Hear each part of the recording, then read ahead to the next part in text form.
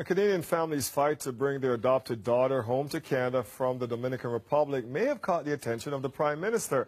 As humanitarian workers, the Earl family adopted a little girl after her mother died, and there have been a series of unfortunate roadblocks that have prevented her from coming here. But we've learned now there is hope, and it seems the Prime Minister is aware. Ali Chiasson joins us now. Ali, many undocumented Haitians are living in the Dominican at risk of being deported at any time.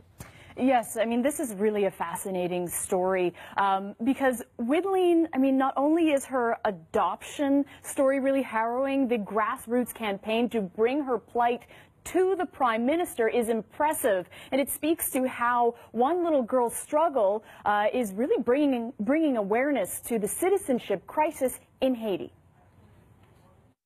Vaden Earl met his daughter Widlene through sad serendipity. I'm standing in the exact spot where I met Widlene for the first time.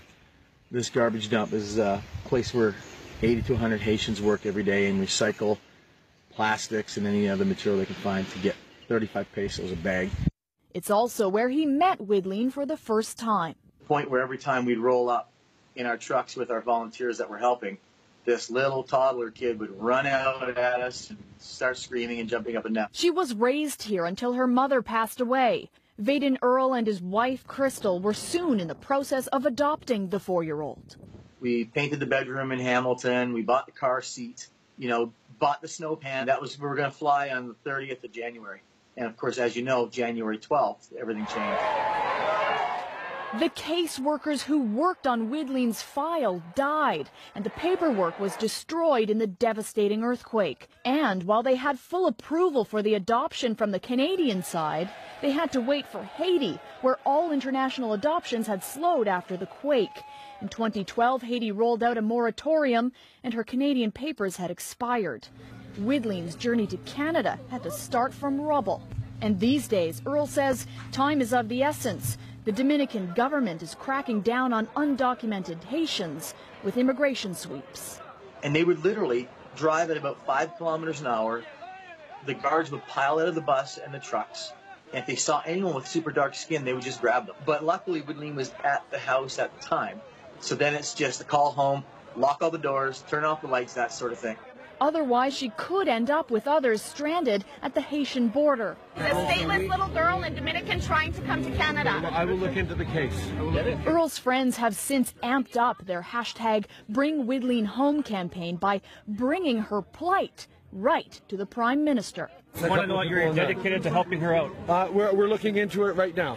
After days of supporters following him, Prime Minister Trudeau had a message for the girl's father. Yeah, can you talk to the family at all? Yeah, we're friends with a friend. Can you tell them they have to fill out the paperwork? Awesome. They're not filling out the federal paperwork. All we right. need them to do it because we're there to help them. They just need to make sure they're doing their end as well. And that's green light go for us.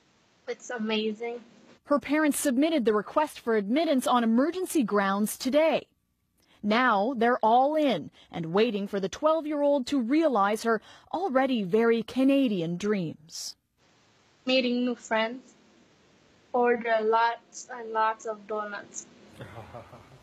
So we reached out to the Prime Minister's office for a status update on her application. They passed us on to immigration, and they did not give us a statement before our deadline. So in a sense, I guess you could say that we're waiting to hear from them too. And why was her father waiting so long then to file this final piece of paperwork? Yes, so this is an interesting thing. It was sort of part of their strategy. The way that they viewed it is that you only get one shot to flag that this person needs to be accepted into Canada on emergency grounds. So they wanted to rattle the cage. They wanted to get into as many government people's ears, anybody who was going to be in charge of making that decision. They wanted that person to know about Widlene, and I think a very important voice would be the Prime Minister. Right to the top. Yeah. All right, thank you, Ali. You got it.